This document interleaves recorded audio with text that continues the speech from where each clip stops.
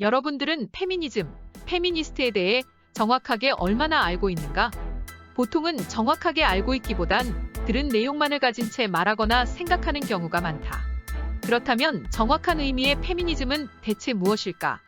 사전적 의미의 페미니즘이란 여성의 특질을 갖추고 있는 것이라는 뜻을 지닌 라틴어 페미나에서 파생한 말로서 성차별적이고 남성 중심적인 시각 때문에 여성들이 억압받는 현실에 저항하는 여성 해방 이데올로기를 말한다.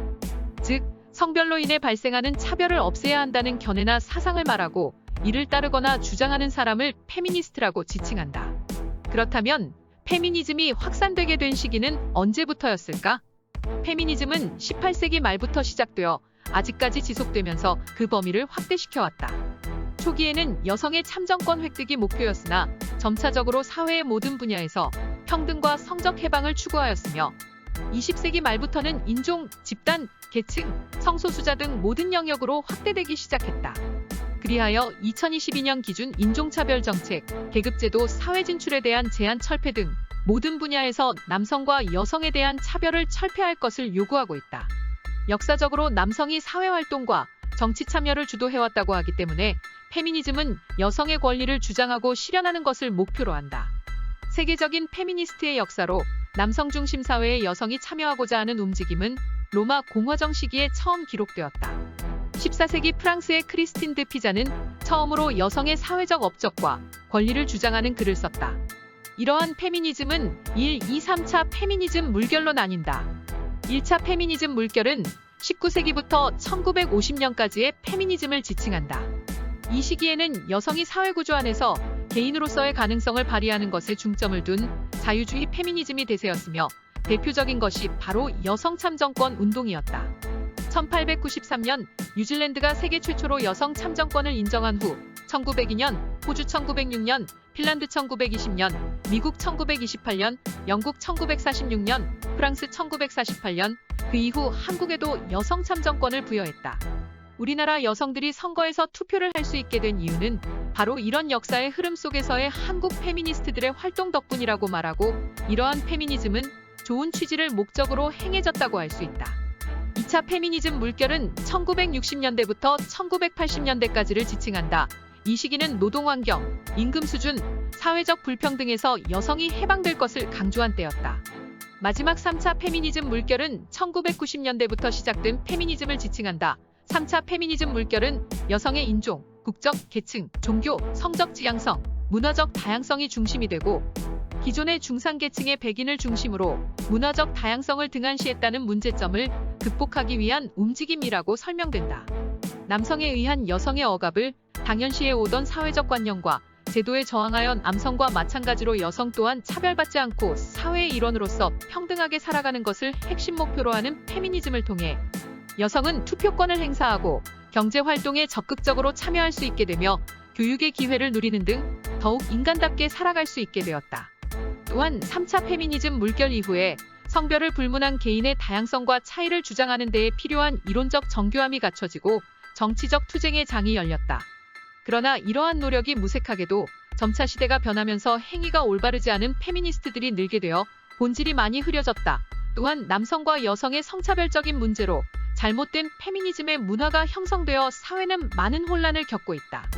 남녀의 사회적이고 정치적인 불평등이 꾸준하게 존재한 탓에 이에 반발하는 페미니즘의 문화는 더욱 커졌다.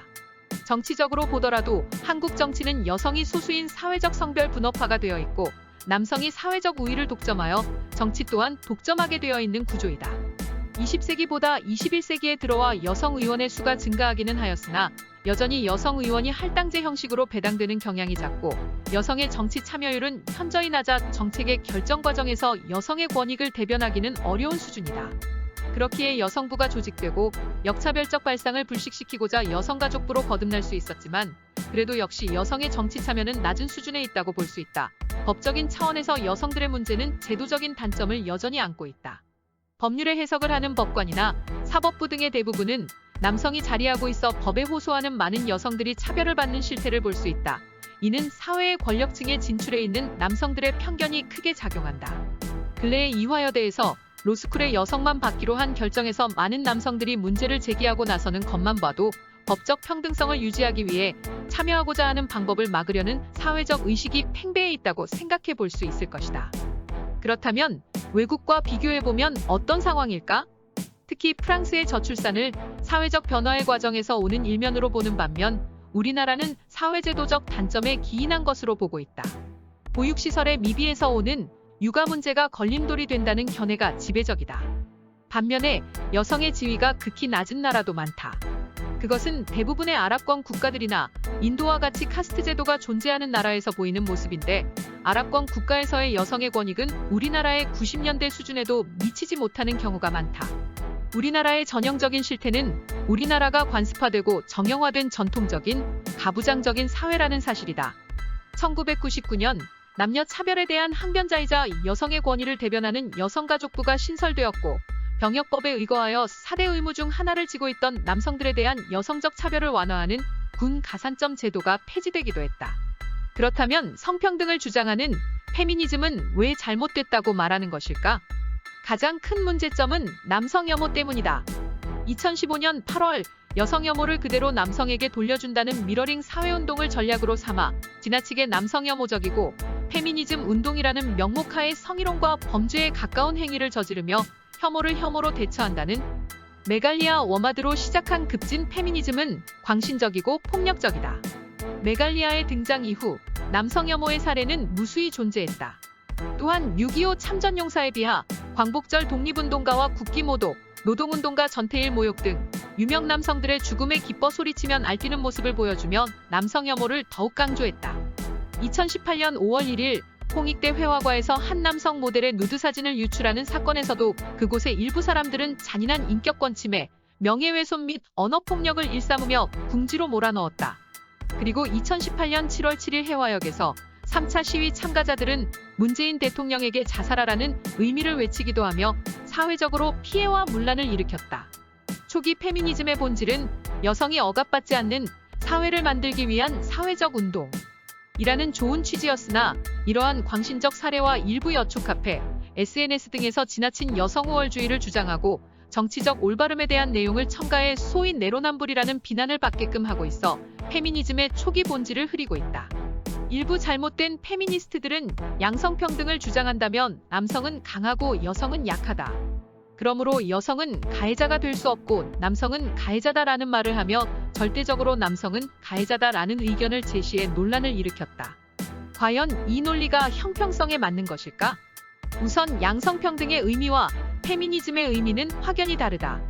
페미니즘의 경우 여성의 이익이 최우선인 반면 양성평등의 경우는 양성별의 이익을 동시에 놓고 생각한다.